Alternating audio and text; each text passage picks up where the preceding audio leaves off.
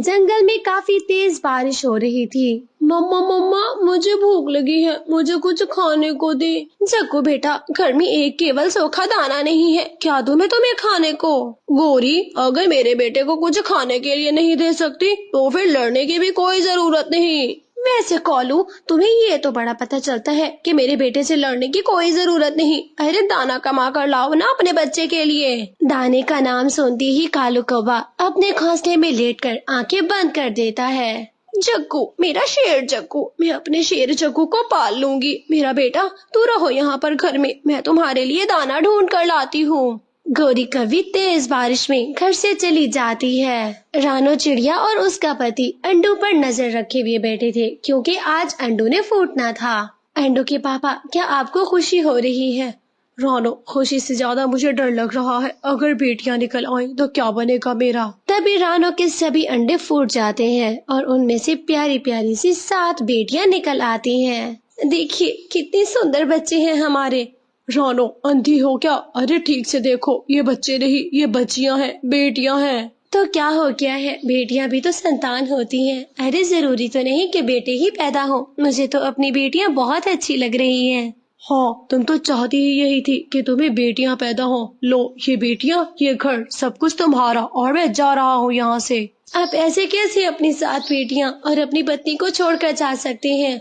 अरे मैं नहीं रह सकता इन 7 बेटियों के बोझ तले। इनका जहेज कौन इकट्ठा करेगा, इनकी शादियां कौन करेगा? रानो का पति घर छोड़कर चला जाता है। रानो बेचारी रो रही थी। हे भगवान, ये मुझ पर क्या मुसीबत टूट पड़ी। मेरी तो बेटियां पैदा हुई, मैं कितनी खुश थी अंडे के लिए। क्या बेटियों के आते ही पति साथ छोड़ देते हैं? रानो फूट फूट कर रोए जा रही थी। तभी रानो की सभी बेटियां खाना मांगना शुरू कर देती हैं।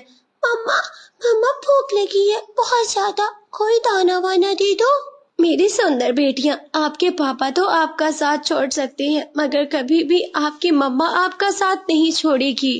मम्मा दाना दे दो, मम्मा दाना दे दो। अरे मेरी बेटियां, घर में दाना नहीं है, रुको मैं तुमको तिनकों में सबको छुपा देती हूँ। शिकारी पक्षी से बचकर रहना, मैं दाना लेकर आ रही हूँ। और फिर रानो अपनी बेटियों को तिनकों में छुपा देती है और फिर दाना लेने के लिए निकल जाती है। तेज बारिश में एक शिकारी चील भी घूम रही थी। वो चील रानो को पकड़ लेती है। मुझे छोड़ दो, मेरे बच्चे अकेले हैं, देखो मुझे जाने दो, मुझे दाना लेकर जाना है।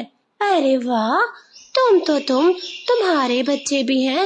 लगता है सारा बरसात का मौसम मांस ही मांस मिलेगा मुझे। बिल्कुल भी नहीं, ऐसा कुछ नहीं होगा। तुम मेरी किसी भी बेटी को पंख नहीं लगाओगी। वैसे तुम्हारी कितनी बेटियां हैं? मुझे छोड़ दो, मेरी बच्चियां भूखी हैं, मुझे दाना लेने जाना है। वो चील रानो की एक नहीं सुनती। हे ऊपर वाले, ये मुझ पर क्या मुसीबतें टूट पड़ी हैं। मैं अपनी बेटियां अकेले पाल लेती, मगर मैं मर गई तो मेरी बेटियां कौन पालेगा?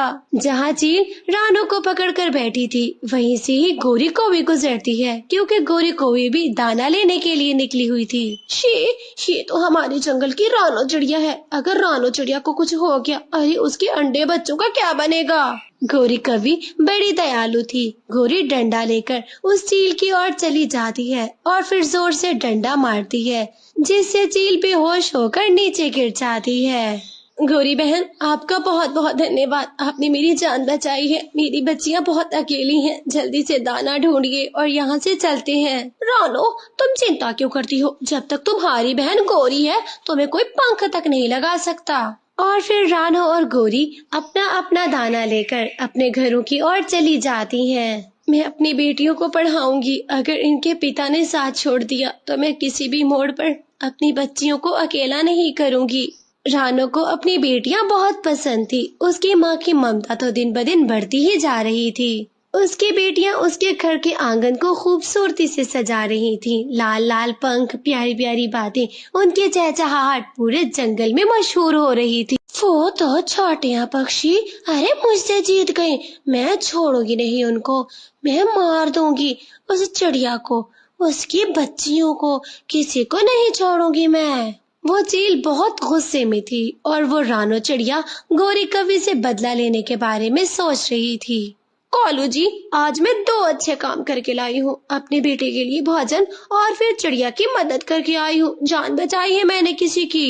अगर मैं तुम्हारी जगह होता, अरे मैं दूसरा पक्षी पकड़ के देता, उसके बदले में पैसे ले लेता। गौरी, तुम्हारी अकल कहाँ है? अरे अपने पति कालू जैसे काम किया करो। ना ना, मैं किसी कालू वाले काम करने वाली नहीं हूँ। अगर कालू जैसे काम करूँगी, अरे तो जंगल के सभी पक्षी बोलेंगे गौरी धोखेबाज है। ऐसे ही कुछ दिन गुजर के रानो की बेटियां अब बड़ी हो रही थी। गुड़िया बेटी, मैं अपनी दुकान बनाऊंगी और हाँ, दुकान चलाऊंगी। आप लोग स्कूल जाया करना। ठीक है मम्मा, मैं अपनी बहनों का बहुत ख्याल रखूंगी। ऐसे ही रानो चिड़िया अपनी दुकान लगाकर बैठ जाती है। रानो की दुकान पर ग्राहकों की तो लाइन ही लग जाती है। अरे रानो बहन, मुझे टमाटर केचप देना, और हाँ, मुझे मायोनीज दे दो। दोते भैया, मायोनीज तो खत्म हो गई है, मैं शहर जाऊंगी फिर ले आऊंगी। रानो, तुम्हारा पति कहाँ है? कुछ दिन देखा मानो चिड़े को। मानो चिड़ा विदेश कमाने गया क्या? वो डर गए थे बेटियों से और बेटियों के जहेज से, इसीलिए मुझे अकेला छोड़कर चले गए हैं। शायद शादी कर ली होगी उन्होंने। इस मानो चिड़े से तो अल्लाह ही पूछेगा। अरे बहुत ही गंदा है वो। ऐसे ही रानो अपनी दुकान चलाती थी। एक दिन वो चील रानो की दुकान पर आती है। अरे तुम तो वही हो ना जिसकी वजह से मुझे डंडा मारा था कवि ने।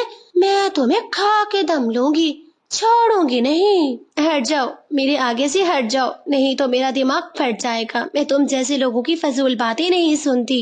अगर तुम है तो अब बुलाओ ना अपनी सहेली को। हाँ, सहेली को बुलाओ ताकि तुम भी मेरी सहेली को खा जाओ। वैसे मेरी सहेली बहुत बहादुर है। गौरी, गौरी, इधर आना। गौरी, अरे वो चील आ गई है। रानो की आवाज गौरी तक जाती है। जाओ जाओ गौरी, उस चिड़िया को भी चील को दे देना। कालू जी, मन तो ऐसे करता है तुम्हें तुम्हारी माँ को और तुम्हारे मामा जी को दे दूं मैं चील को। बड़े आए चील को दे दो। ना ना, मैं कभी नहीं दूंगी। मम्मा मम्मा, जल्दी जाए, आप चिड़िया आंटी की मदद करें। हाँ जग्गू बेटा, मैं अभी जा रही हूँ। गौरी कवि एक बड़ा सारा जाल लेकर वहाँ से चली जाती है। वो जाल सीधा उस दुष्ट चील पर फेंक देती है। दुष्ट चील उसमें फंस जाती है। अरे अरे, बचाओ मुझे, मुझे क्यों फंसा दिया? अगर तुम हमें इस तरह तंग करोगी तो फिर हम भी तुमसे लड़ सकते हैं। छोटे जरूर हैं, मगर हम में इत्तेफाक भी है। चल चल गंदी चील कहीं की, तूने क्या समझा था कि जंगल के पक्षी भांग पी के बैठे हैं? ऐसा कुछ नहीं है। जाओ जाओ। अरे मुझे छोड़ोगे तो जाओगी? नहीं, तुमको छोड़ेंगे बिल्कुल भी नहीं। तुम इसी कैद में हमेशा रहोगी। और फिर गौरी कवि चील को जाल समेत उठाकर दूर पहाड़ों पर छोड़ आती है। वहाँ से चील फिर कभी वापस नहीं आ पाई। मेरे प्यारे दोस्तों, ये कहानी आपको अच्छा लगा होगा तो वीडियो को लाइक और चैनल को सब्सक्राइब कर दीजिए, ताकि हमारे इस चैनल पर आपको एक से एक बढ़कर कहानी कार्टून मिलता रहेगा। तो चलिए मिलते हैं अगले कहानी में, तब तक के लिए अपना ख्याल रखिए।